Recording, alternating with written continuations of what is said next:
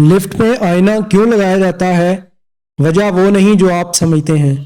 ماضی میں دن بدن عمارتوں کی بلندی میں اضافے کے ساتھ سیڑھیوں کا استعمال مشکل ہو گیا تھا۔ بیمار افراد تو خاص طور پر چند منزلوں سے اوپر نہیں جا سکتے۔ ایسے میں لفٹ کی ضرورت بڑھ گئی۔ انسان کی زندگی کو آسان بنانے والی بہترین ایجادات میں لفٹ بھی شامل ہے۔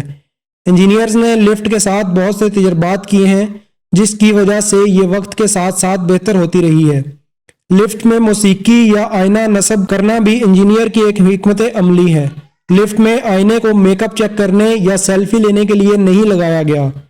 اس میں آئینے کی تنصیب کی کہانی کچھ مختلف ہے۔ جب لفٹ ایجاد ہوئی تھی تو اس میں آئینے نہیں تھے۔ ایسے میں لفٹ میں کھڑے افراد خلاؤں میں تکتے رہتے یا بے حس و حرکت کھڑے رہتے۔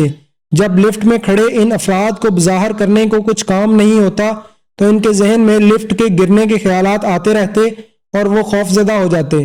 لوگوں کے خوف پر قابو پانے کے لیے انجینئرز نے لفٹ میں آئینہ لگا دیا۔ اس آئینے نے لوگوں کی توجہ لفٹ کے گرنے کے خوف سے ہٹا کر آئینے میں خود کو دیکھنے پر مرکوز لگا دی۔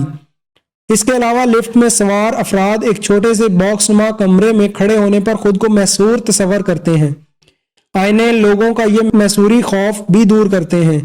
آئینے لفٹ میں ایک واہمہ بنا دیتے ہیں جس سے لفٹ کافی چوڑی لگتی ہے۔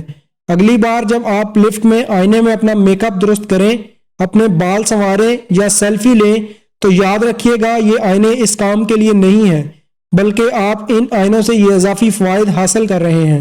اگر آپ نے ہمارے چینل کو ابھی تک سبسکرائب نہیں کیا تو آپ سے گزارش ہے ہمارے چینل کو ابھی سبسکرائب کر لیں اور ساتھ بیل کے بٹن کو بھی کلک کر لیں تاکہ ہماری نئی آنے والی ویڈیوز آپ تک ٹائم سے پہنچ سکیں۔